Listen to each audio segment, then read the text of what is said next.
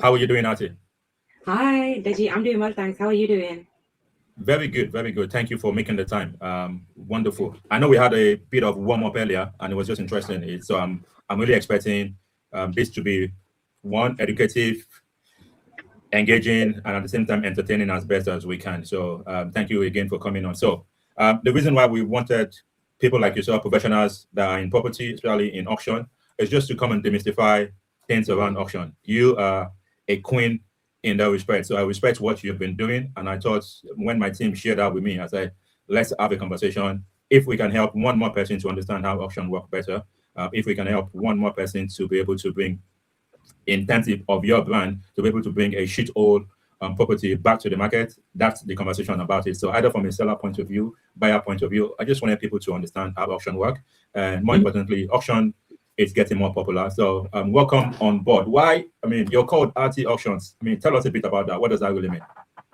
So my name is Aarti, and auctions are just something I'm doing. I know it's not very creative with the name, but I felt something that the auction industry was missing was a personal brand, like a face, a person attached to the actual auction. Because you've got the big corporate auction house brands, but they all hide behind the logo. I wanted this to be not around hiding around the logo. With estate agents, you've got the EXP model where they're an estate agent, but they've got their personal brand attached to it too. But with auction, nobody else is really doing this, especially where I am here in Leicester.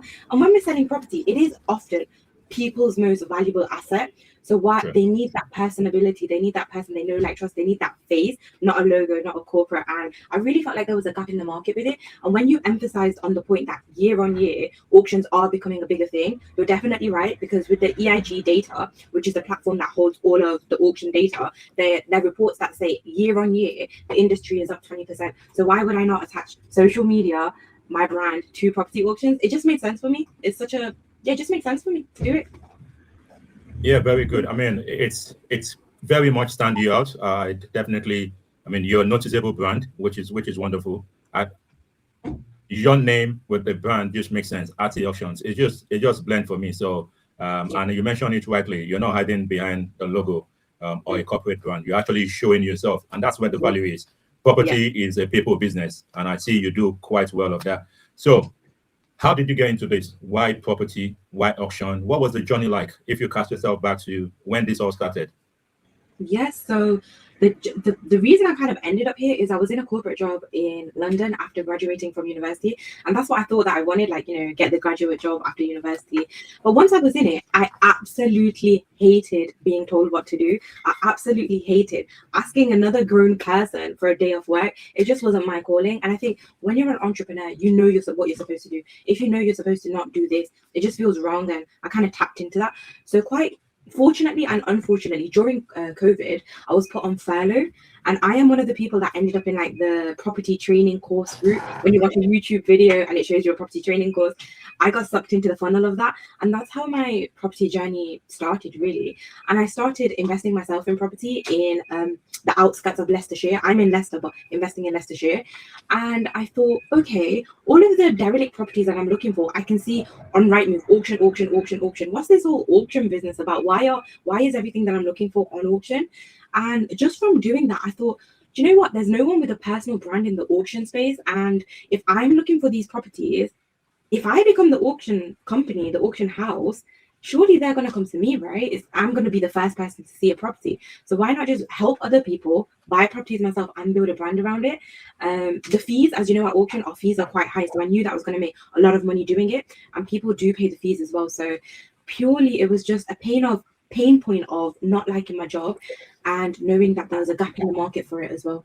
And I'm the type of person of when I have an idea, I'm gonna follow it through to the end until it's a success. I just have that type of personality, and if I'm gonna do something, I'm gonna do it well, and that's the journey of what I'm on right now.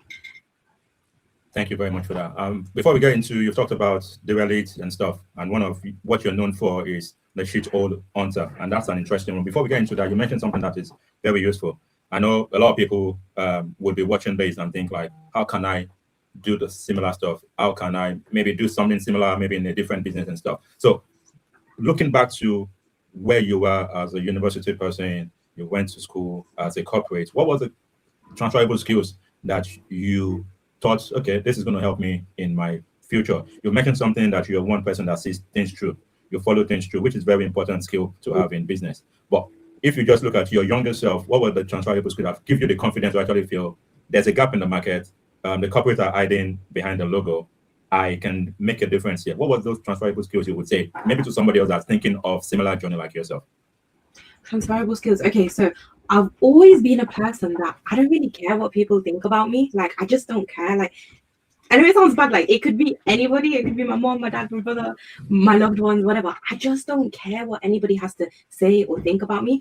And it's good and it's bad. But having this skill helps me to do what I need to do, what I think is going to work. So not taking offense of anything that people are saying to me. So that's a transferable skill I'd say having is important. When you're trying to build something, you'll get people kind of protecting you maybe in a loving way, but you're the only person that is the decision maker in your own business. So your mind needs to be clear. So having clarity, not caring what other people think, being funny, as you said, like when we tapped into you, like my comments on my videos and stuff like that. I think I always want to take that personal element with me. I'm gonna say what I feel, and that's what it is. That's a transferable skill. Kind of learn that through messing around with your friends all the way from primary school to working. And I never wanted anyone to take away that lightheartedness away from it. Yes, business is business, and that's why I do auctions, for like the security of the sale. Like everything's in the auction condition. We can like hee hee ha ha. But when it comes down to auction, I'm gonna take your deposit, and you are gonna pay for the property. So it is what it is. But I think we should be fun, lighthearted throughout it. So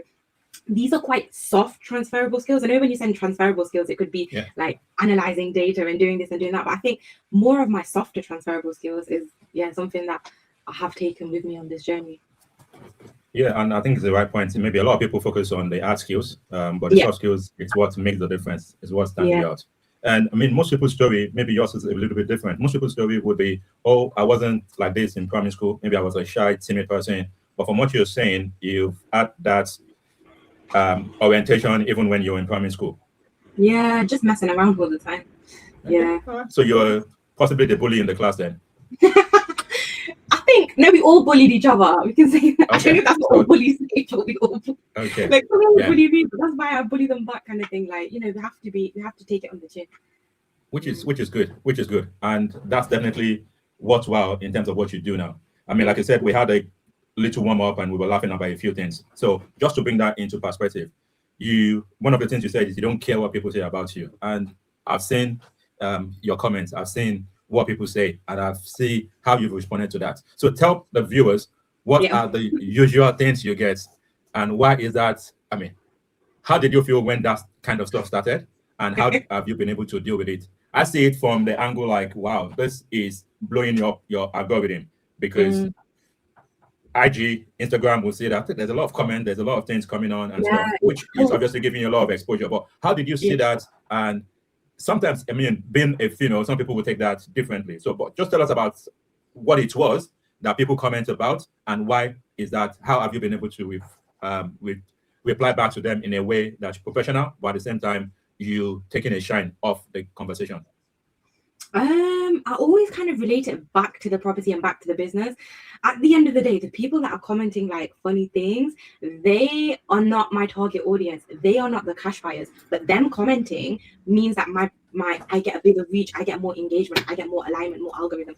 So it's like they've actually helped me acquire all of these cash buyers that now buy my property. So I don't know. I don't really see any type of way about it. People can check the comments if they want to see what people think or saying. I'm not going to say it, but they can have a look, or they can say what they say. Yeah, definitely. On IG, I believe you're going with Aarti Auction, and I would definitely encourage anyone to go and see it. It's very funny, very intuitive, and we'll definitely drop your handles, your social media handles. We're going to drop it on the podcast show and stuff. But one of the ones I like very well is somebody saying, I love your assets. I'm not buying the property or something. It's just been wonderful stuff. And for people that might wonder what this is, it's just people from the comment section just focus on your build in terms of, this is a beautiful lady, she's got this, and they make jokes about it, but you have nailed it properly. And that's a wonderful thing. And I mean, I'm not surprised talking to you now. You say you don't care what people say. That's a very, very, very important thing. So let's get into the business. I do want to say, Deji, I want to encourage other people as well to not, because when you do, it affects what you want to do. as long as you're not hurting anyone, we should all learn to love ourselves, love what we want to do, believe in ourselves, and believe in our mission as well. So not just me saying that, but it's to help and encourage other people as well, because it gives you a sense of freedom, and freedom is what brings happiness. Very correct. I think you are definitely doing what you are passionate about. It's obvious from your stuff, and you understand the nature of people, and you've not let that stop you. So that's very fantastic thing that I have seen through just watching your IG and all of that. So in the business world, what do you tell people you do? So say I meet you today, what do you tell people you do, and how can you help people?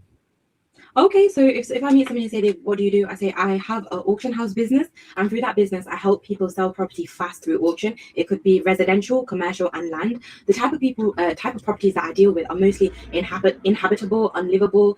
They're suitable mostly for cash-only buyers. They could have been fire damage, structural damage. It's got land potential for planning.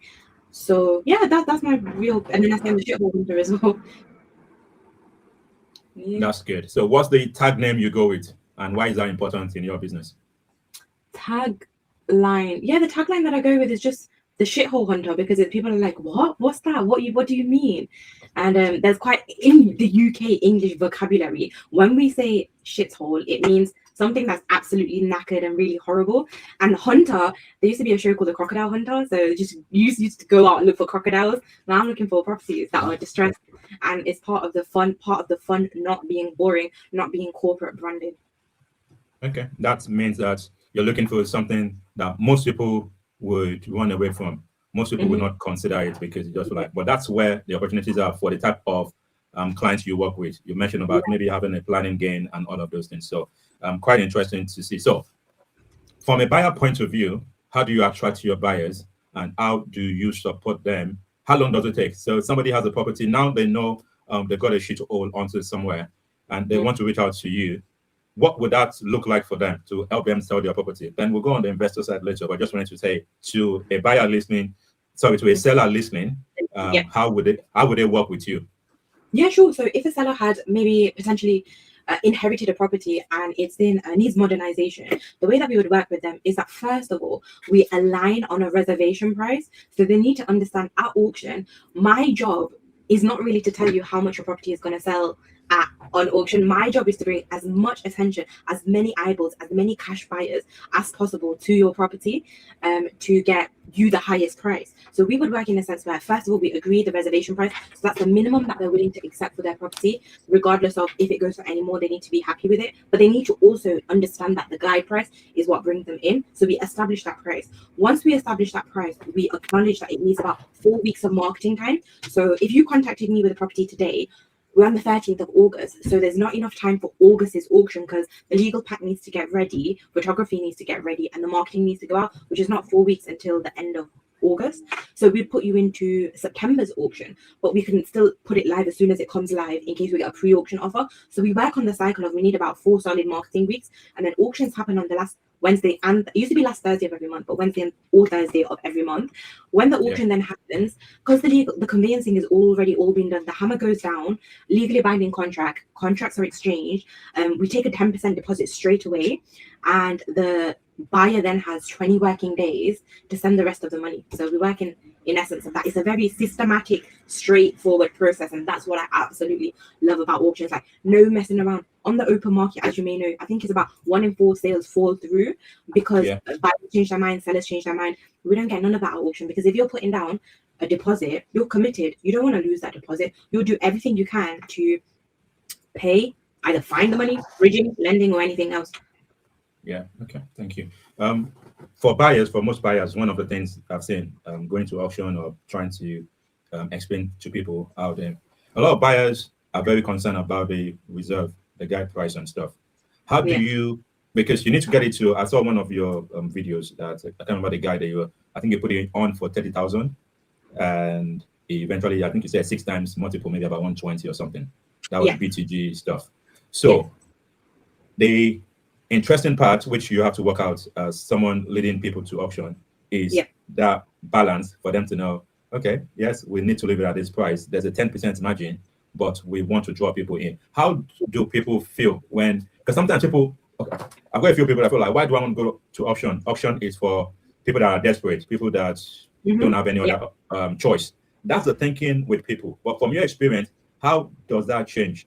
Especially when they can put the price to a point where they can attract as many people as possible. But a lot of people will be scared that, what if I don't get the price? How does that work out with most of your buyers? We calculate that for the seller. We calculate on the basis of, is there any finance or debt or mortgages or charges on the property that will dictate how much we can negotiate or how attractive we can put the guide price, reservation price. Because if there's a mortgage, you need to pay back that mortgage, so there's only so much we can put out with it. But if there's not, that gives us complete freedom of what we can use. Then we need to use their family dynamics. If they've inherited the property and they're the beneficiary, how many other beneficiaries are there? And out of all of the other beneficiaries, what is their risk appetite?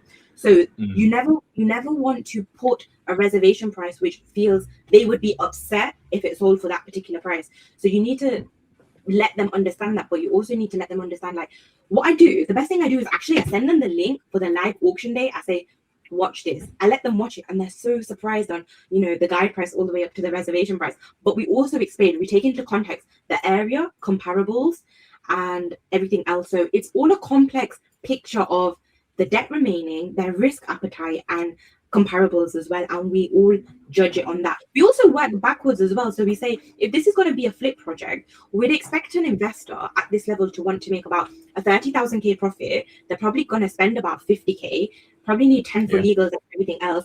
Therefore, the reservation price needs to be this, so that people will look at it to be a deal. So we work it out with an investor mindset as well, so it still is a proposition for someone. Whether it goes more or less, more than that on auction, is the buyer's mind, because people buy, people refinance, and still it's a deal for them. What is a deal to you and me is a deal to different to my clients, So we just work out like that as well. So they take all of those into consideration. Yeah, that's a very important thing, and I think one of the big selling points of putting your property in auction is you have that speed and that certainty to know that 95% of properties or thereabouts will sell in auction if it's priced properly. But that's really the important thing, if it's priced properly. So that's good. So that's on the seller side. You have on that point is that priced properly. So when sometimes the seller, we all as sellers, we think we all want maximum for our property, but they'll say, okay, I want you to please try for 250 because I really want 250 for it. I think it's worth 250. But I'm trying to tell them, you will get 250, but only if you put it for lower. So we get people bidding against it. They'll be like, no, I want 250, I want 250. So what happens is we put it on for 250. I already know what's going to happen, and it doesn't sell for 250. But what does happen is that everybody that was interested in that property, we have their details, right? So we contact everyone and we tell the seller as well, look, we did what you wanted to because you're the client, we have to listen to you. But would you now accept 240? They're like, hell yeah, I'll accept 240. So we just tell them the underbidder was 240, take the 240 and we match it. We actually do so much post-auction as well. Yeah. But he could have got 260 if he guided it at 160. That's the interesting bit though. So they're going to do that because they didn't take that risk. But every single property is so different. I've got pre-auction offers that are even higher than what happened on auction day. So every single property, is so different. There's not one answer that can answer all of that of what we just talked about. Yeah, it's a moving dynamics of so many things coming together.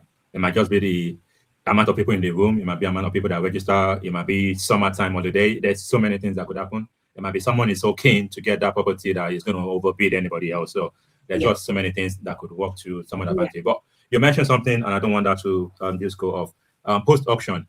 One of the things I tell people, especially if they don't have the mind, investors, is to slow down and wait for post-auction. That means you have some room for negotiation and stuff. Explain that a bit, and to an investor, how could they leverage on post-auction? Okay, that's a great question. So post-auction sales, what happens is once the auction is done, there's a catalog of everything that is remaining unsold. So unsold means it didn't hit the reservation price at auction. That's one of your best times to negotiate, because we are upset at the auction because we promised the seller we were going to sell it. We've given it the big one. It's not sold. The seller is upset because they wanted a particular price and it didn't hit that price, but they've still imaginarily spent the money they thought that they were going to receive in the head. That's already been done. So you coming in now, you can then say, okay, the market has said no to this price, but now can you please consider my offer? I know you wanted to sell and I know you value the speed and security of the sale. Would you now accept that offer? So it puts the now buyer in a stronger position, because now you can also negotiate the, not all the time, but depending on the situation, you can now negotiate the time you need to complete. So my normal completion is 20 working days, 28 days, but 20 working days.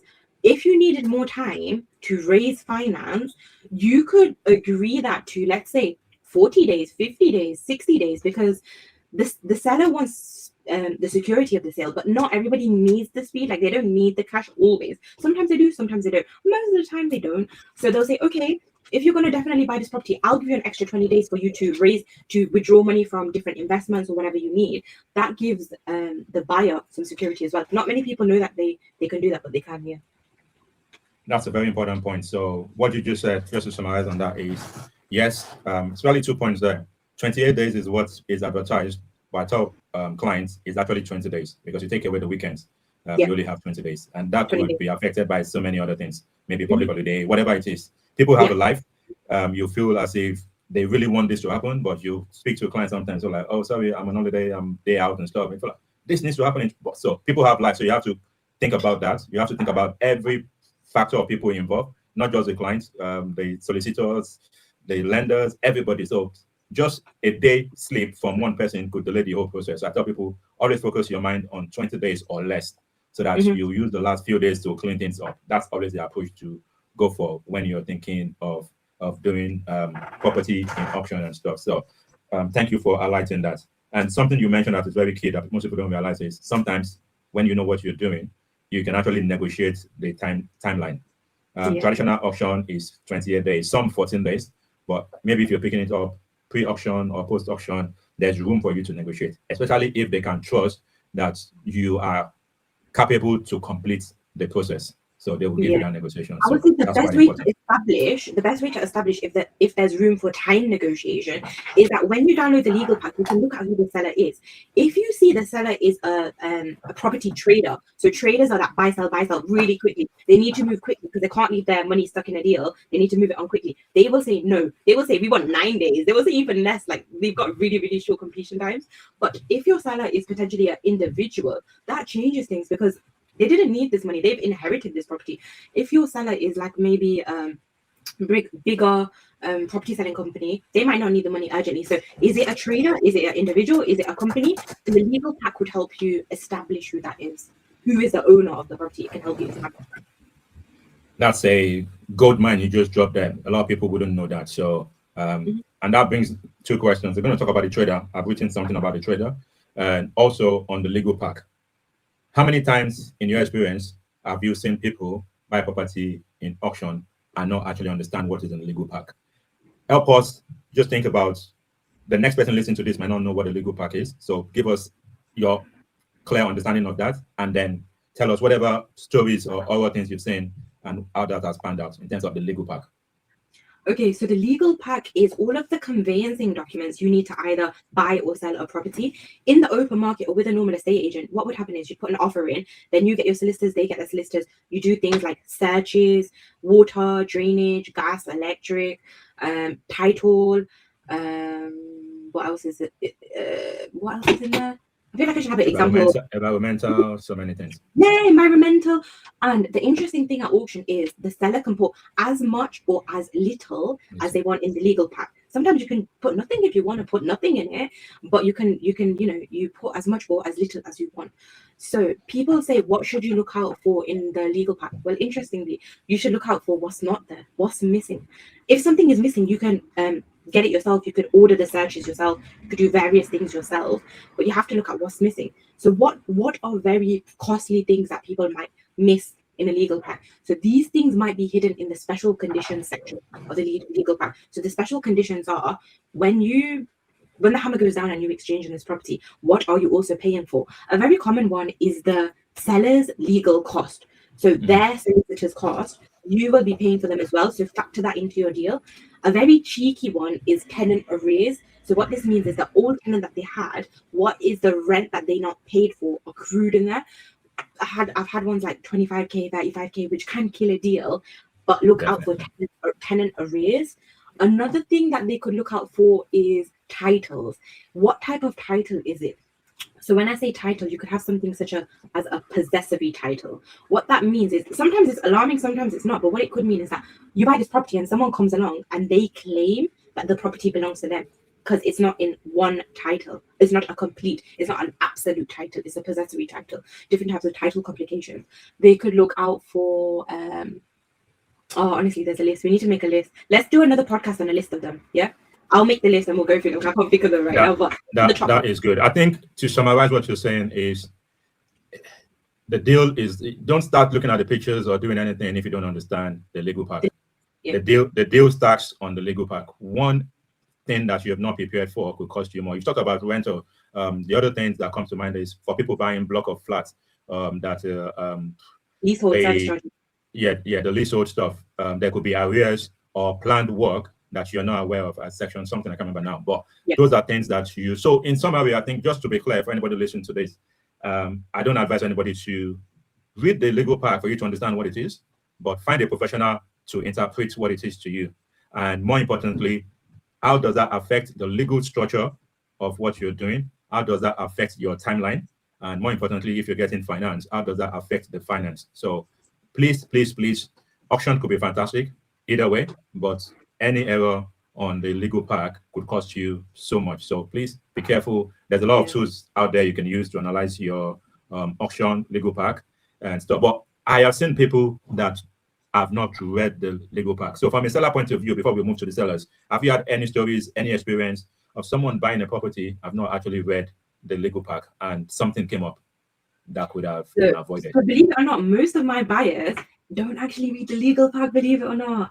I'd say about 70% of them don't read it. I'd say one case was the rental arrears of about £30,000. She didn't read that and she wasn't happy with that, so that was not really a deal for her. But she got on with it anyway. It wasn't the end of the world. There was still margin in it because everybody stopped bidding and she was still bidding and she was like, oh, I won. So she wanted it anyway. So I'd say the rental arrears is not a very nice one that people have had to deal with. But other than that, don't think I've dealt with personally anything too crazy in my auction lots of anything in the legal pack to date. But I know these complexities would happen the longer I go on with my business. So I'm only coming up to 2 years now in business. The first year was just setting up and started and building that trust. And now I'm coming up to my second year where everything is just happening for me.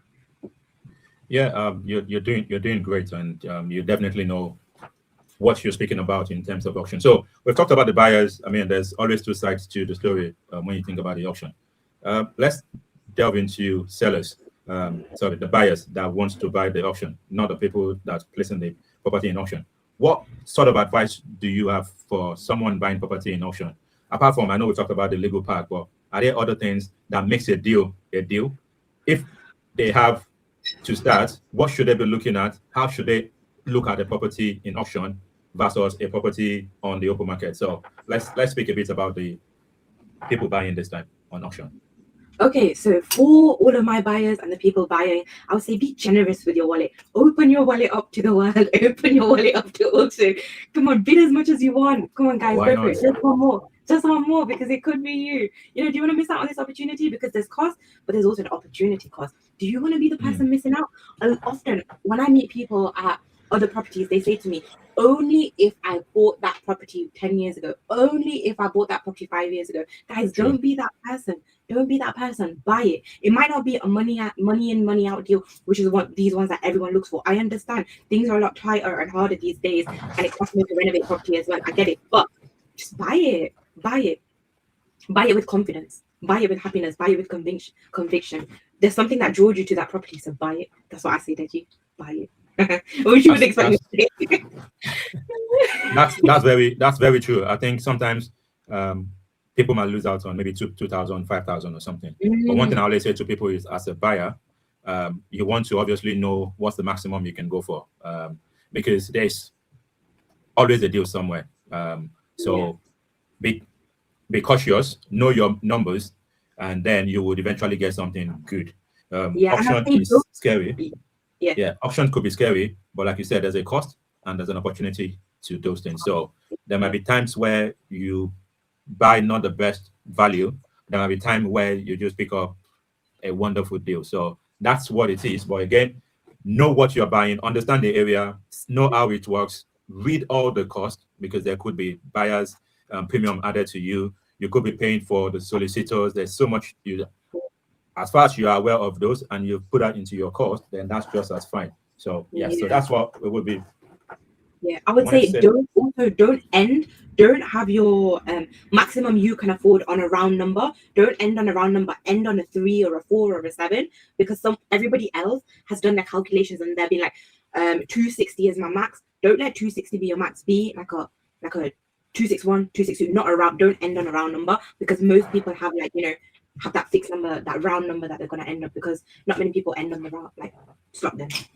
Yeah. Okay. So just maybe 1,000 more, 2,000 more could make the difference in terms of what you're doing. Yeah. Okay, that's fine. When people buy in auction, you talked about it. Most people want to take all the money out. There's something most times people don't consider or don't realize. What experience have your buyers had in terms of the renovation? So some people feel like, okay, I'm going to buy this property on auction. They've done their mathematics to feel like it's going to work out this way, but eventually, possibly, the renovation cost is a lot higher. How would you advise people to deal with things like this, especially the renovation cost, to add value to the property? Yeah, so I would say if their plan was to flip it and there wasn't enough profit in it to flip it, maybe they could look at alternative strategies on if there's ways, if it's not angel investors or bridging or anything else involved, the ways that they can get the money out of the property and keep the property if they'd spend too much of the flip and then wait maybe a few more years when the market improves and sell it then. I would see, is there any more value that they can add to the property that would increase the value so they could make a profit on the flip? Is there, what alternative? So always have a couple of exits, not just one exit, because your one exit, as you said, it can go wrong as it does, and that's why us and multiple bridging lenders also look at different types of exits. So how can you repay the money? What can you do? What other things can you do? So that's when all of our specialist strategies come into place.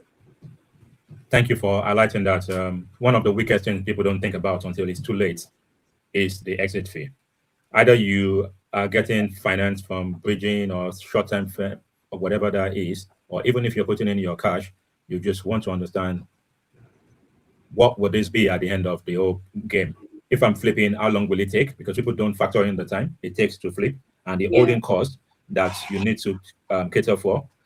If you want to hold the property, do you have enough equity in it? Do you have enough rental income from that property? So it's very important, just to portray what you're saying, is to have that multiple exits. And one of the things that I always say from property investors is to have that flexibility.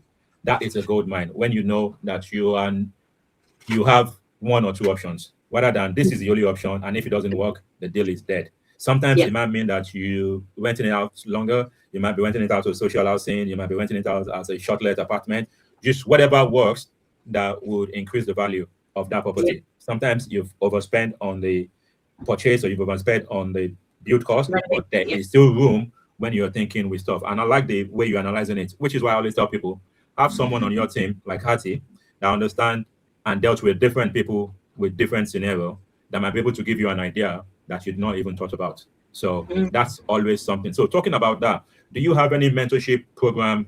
Do you have any way that maybe investors are buying market, buying property, they want your guidance, they want you to hold their hands? Do you do anything like that? And if you do, how can people catch on to that? Because your experience around auction and everything else is definitely valuable to someone. Is there anything you do in that space? Yeah, I don't, but you've got me feeling like I should, or I should do something like that. So happy to just answer any questions. But often I find, Deji, my target market and my audience, they are all cash buyers. And when I say cash, I mean cash, not bridging. And that means they have the wealth of knowledge. They can take the risk and they can spend the money 90% of the time. For the 10%, I'm happy to hold their hands and help them. But for the 90% of the time, honestly, they know what they're doing, because we deal with a different caliber of people at auction as our buyers than other people do in a state agency or the open market. I'm in a very closed market.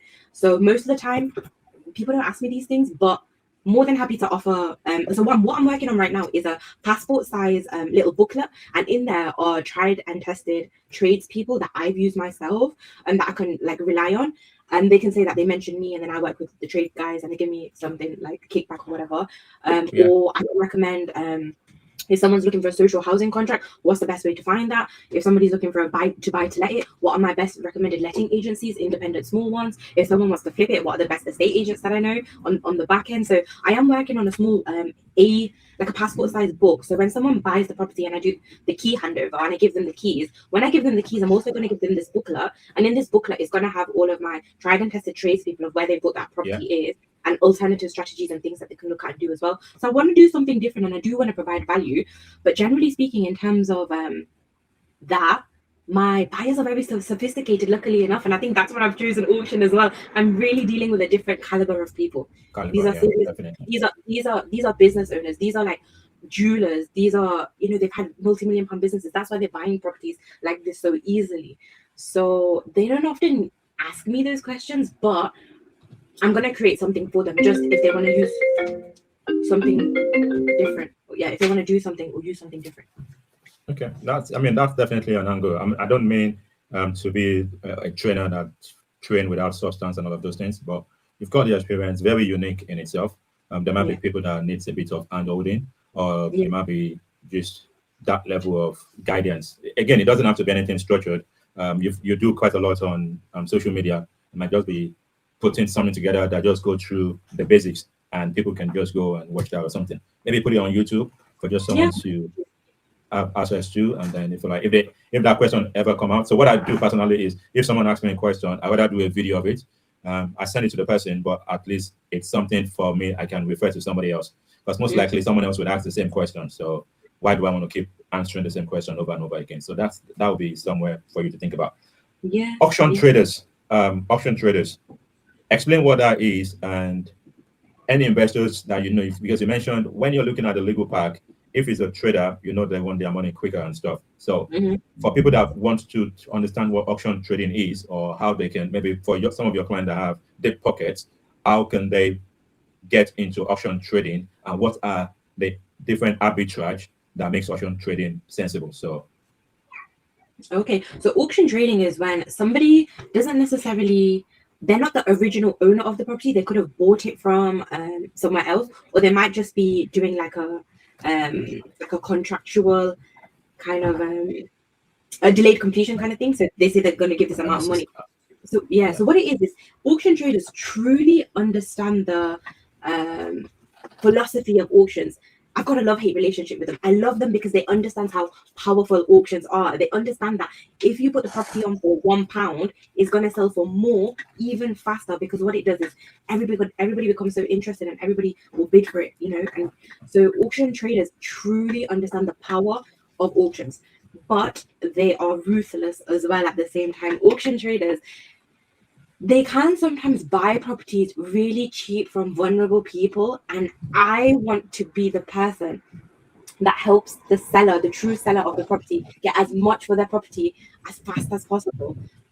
But at the same time, auction traders take the risk in knowing that if it doesn't hit the reservation price, so if it's £1.10 is the reserve, 10% above, they need to take that risk that I've bought the property for 20k and it owes me 20k. So they also are very risk taking, and you have to admire that as well. So with auction traders, it's a bit, I don't know how I feel about them. I've got a really big love-hate relationship for them. I mean, it's some people's business model. That's how they do their business. That's how they make their money. Like you said, they truly understand what auction is. Some people I know will take an auction from maybe a national auctioneer to a smaller auction place that has more focus. People that understand that location. It could be vice versa. So they really understand the dynamics of that. So again, from a seller point of view, they need to understand that people that bring their property to the market wants to make the best money possible. So they could be dealing with an auction seller, trader that's trying to suck them in with the lowest price, and then they know they're going to bid to the one they want. So it's just being aware of this thing. Like I said, our mission in Auction360 is to help people to be aware about auction, how it works, and how they can use it. Some usually use it for investment, but I see a lot of people using it not just for investment, something that they want to live in. I've got someone that called today for like, oh, I want to buy property in auction. Are you investor? It's no, I want to live in it. And I try and explain, I'll be careful. This is what you should think about first and all of those things. So there is a lot more popularity around that. I know there is a modern method of auction, but I believe you don't deal with the modern method of auction. Is that correct? I do traditional. I feel like modern takes away the speed, the security. It's a conditional. It's not unconditional. Yeah. change your mind. That's true. That's true. And yes, so um, one of the things I noted down when you were speaking is about you want to go for shit or you are the hunter and stuff. There's a lot of more recent conversation around empty houses. Yeah. How are you driving that market for yourself to be able to bring? I think one of your videos I see is in Leicester, it's just not about profit making. You want to look at developed properties, property that have been there for too long, is not being used. How you want to bring it back to the community for the community to be able to use it and stuff. So how are you driving that market? I'd say through my personal brand, through social media. I don't want to sound big-headed, but the past month, so I've been building my personal brand for about, as I said, coming up to 2 years. This past month, people just notice me. Like if I'm in like Tesco, if I'm at Sainsbury's, if I'm at the petrol station, if I'm in a restaurant, people, because this is my local area, my algorithm and my content, because it's getting a lot of views, is hitting them and they're seeing it. So then when they know what I do, when that opportunity comes up, oh, my friends grandma just passed away, they've inherited a house, I think that they should talk to you. These small little opportunities keep happening because people know more of what I do. Also, if I see a derelict property, I just put a board up. The board will say on that derelict property, your house is trash, we'll find the cash, and it has my number and a QR code. Before you know it, the owner of the property is calling me. And before they call me, 5 people have already inquired to me, Aarti, is this property for sale? I want to buy it. I've got five buyers. The seller then calls me, make a deal happen. You know, just thinking out the box, being creative, using social media, knowing what people do, having a connection, having a team, all of the trades, I'm giving them work, but they're sending me properties as well, because sometimes people can't afford to pay the cost of what they've just been quoted. So they say these guys can't afford to renovate the house, they'd rather sell it. You speak to them. So, you know, when you do a good job for someone, they tell someone else, using social media and just putting my face out there, like, you know, I have huge billboards in the city centre of Leicester saying, if your house is trash, we'll find cash. And it's doing its thing. Wonderful. I think you've dropped a lot of nuggets in there. I mean, it's very simple, but that's a masterclass on its own. So thank you for what you share. I think being able to, and this is what happens in business. Sometimes your business for 2 years, but now started looking as if everybody now knows you. And one of the things I've seen is how to become, especially if you're doing local oriented business, how to become the local brand. It might just be between 10,000 people, 20,000 people. You don't need to be a global brand, but you have that market cut out for you and you're making a kill from it. They know your board, they know your face, they come on your comments to come and have some fun and stuff. So you are doing something fantastic. But again, to business to say, it might look, is there any time during this journey that you felt like giving up? Like, wow, this is 2 years. I've trained myself. I've picked up these skills. This is not coming together. This is not working. And now it's a different conversation. Is there any time within the last 2 years that you feel like, you know what, I might just go back to corporates? This is too hard. Well, before I started this business, or before anybody starts any business, I acknowledge that I'm going to need a pot of savings. So if there ever comes a month where I don't sell anything, I don't make any money, I'll still be okay. And I also built a property portfolio for myself. And that gives me the income that I need to live my life, regardless of whether I sell any properties at auction or not. So for me or anybody else starting a brand new business, it's not going to kick off day one or year one. They need to understand that they have cash flow. Cash flow is really important. So cash flow coming in to live their lifestyle, pay their mortgage and everything else, and they have some savings as well, so that they can, if they don't sell or they don't get the revenue from their business, that they have that. So I had those 2 things. So if the auctions were slow or it doesn't happen, because it's not every day you're going to get a derelict commercial building in city centre. It's not every day you're going to get a derelict property or land. So you need to have your cash flow on point, and you need to have some savings as well and reduce your expenses. I love sports cars, supercars, exotic cars. I'm such a car girl, but I have a shit car at the moment because I don't need that huge expense at the moment. I will in the future, but I say to, you know, manage your costs as low as possible so that you don't need to worry if your business is going to go slow, because you need to focus on your business. And there will be times where I do feel like giving up, but I have the income not to give up, if that makes sense. If I didn't have the income, then I would give up, because then I would need to get a job to get the income. So I'd say get the income, then you won't feel like giving up because you have the income. Fantastic stuff. I mean, basic stuff. I mean, delayed gratification. Not everybody understanding, not everybody can be patient enough to make that happen. But something interesting that you said. So did you build your portfolio or your property income before coming into property? Was that why you were in corporate, or how does that pan out for you, so that people might be in the same shoes and they want to know? what they needed to do in that. So whilst I had my corporate job, at the same time I started building my portfolio, because one thing that people need to take into account, like if you want lending, a lender needs to see some form of like steady income or employment or something like that. So I would say it's actually quite an advantage if you're an employee or a 9-to-5 worker at the moment. Use the leverage from that, use the income from that to prove to your lender that you can pay the loan. So that's how I did it. I had a job and I was juggling property at the same time and doing it that way. And that's what I recommend to everyone, until your income can replace your salary and you can leave. Fantastic advice.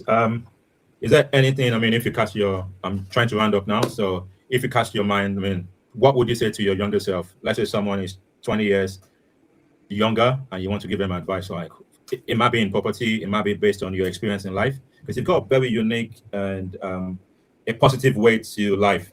And not everybody see things this way. Not everybody work things out this way. So what would you say to your 20-year-old self that might be struggling, that might be bullied in school, that might be finding it difficult now, maybe in corporate, they're not sure what the next step looks like? What would you say to someone like that? I would say to them, every morning before you wake up, do something called savers. Okay, so what's savers? So savers is one of the acronyms of something that I do every single morning. So the S stands for meditation. So sit in silence for 15 minutes. If you can't do 15 minutes, just start with 5 minutes. Just silence your mind. There's so much noise going on around us, like our phones, our emails, the traffic, everything is going on around us. You need to focus on your inner self and your inner alignment. So S, silence, meditate. Whether it's like you have a religion, you want to pray, or just be quiet or listen to something on YouTube, focus on yourself, just yourself, no other distractions. Do that. A is for affirmations. So have a list of affirmations. Who do you want to become? What do you want to be? What is your higher self? What does it want to be? Say it to yourself out loud in the mirror. Affirm to yourself. So we've got SA, visualization. Now have a vision board of your dream cars, your dream homes, what you want to do for your family, the charities you want to support, where do you come from, what can you do? So have that on a board and look at it and truly believe in it happening. And also, not only that, work out the action steps you need to do to achieve each of these things. So if I want a Lamborghini Urus, how much does it cost and what do I need to do to achieve that? How can I do that? Work that out. So visualization. E is for exercise. So never forget to look after your body. No matter how much money you make, how many properties you buy, how many properties you sell, look after yourself, look after your health, because it's a machine. My body is a machine that helps me to do everything that I want to achieve. So either 10K steps, which I'm trying to get back into, or gym. So the E is for exercise. Do that. The R is for reading. So read mindset books, read self-development books, read property books. There's a wealth of knowledge out there. I literally have such a big bookshelf of books. Half I've read, but half I still need to read. Guys, read it.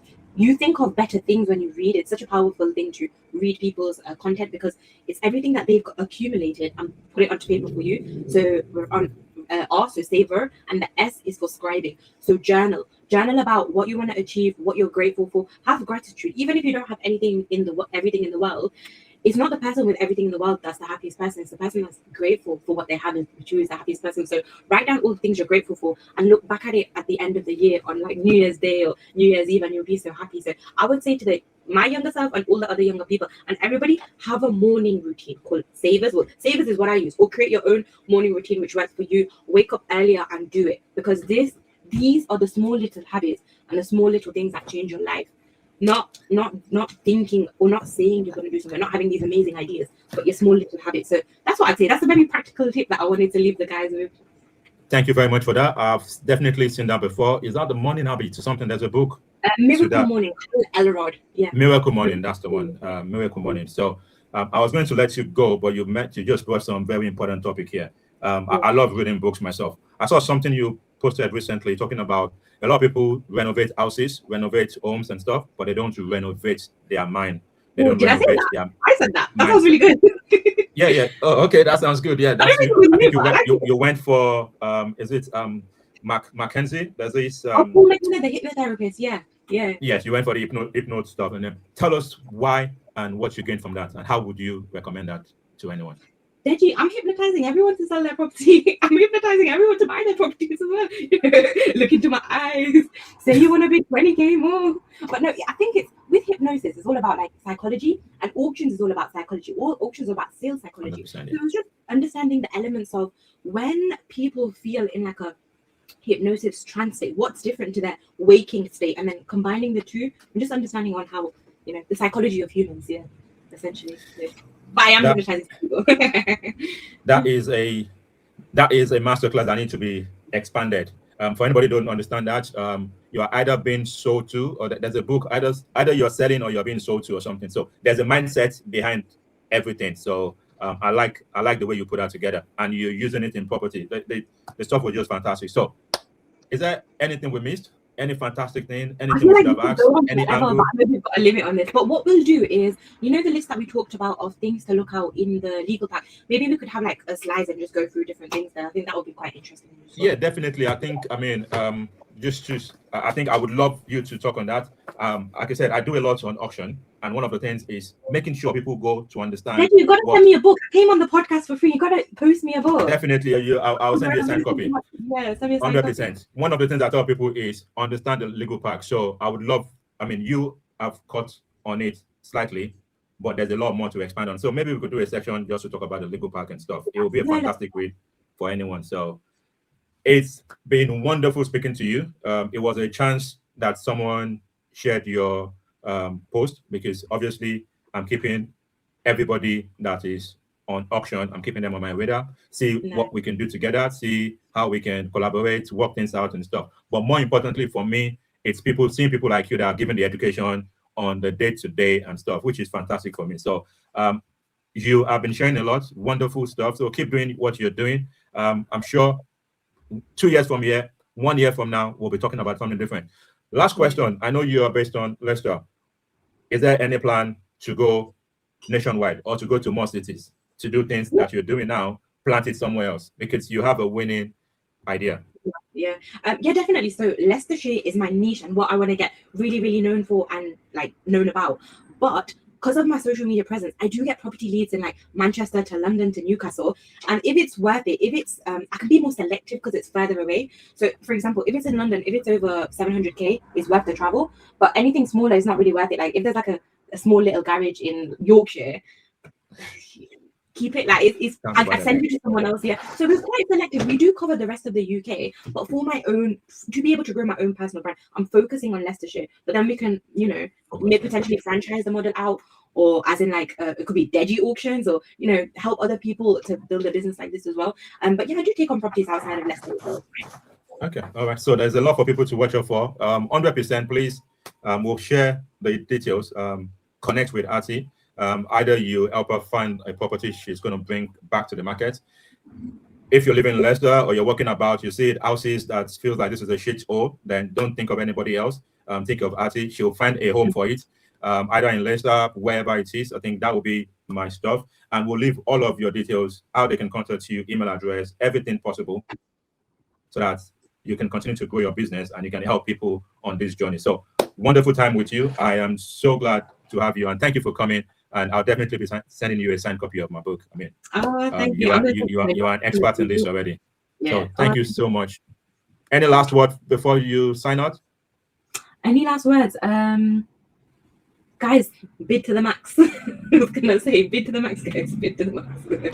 Bid to the max. Yes, there's fantastic deals out there, and yeah. So get in touch. What I'll say is get in touch with Aarti if you have any deal you're considering, or you have any property you're considering. Doesn't matter the location, she will give you some value.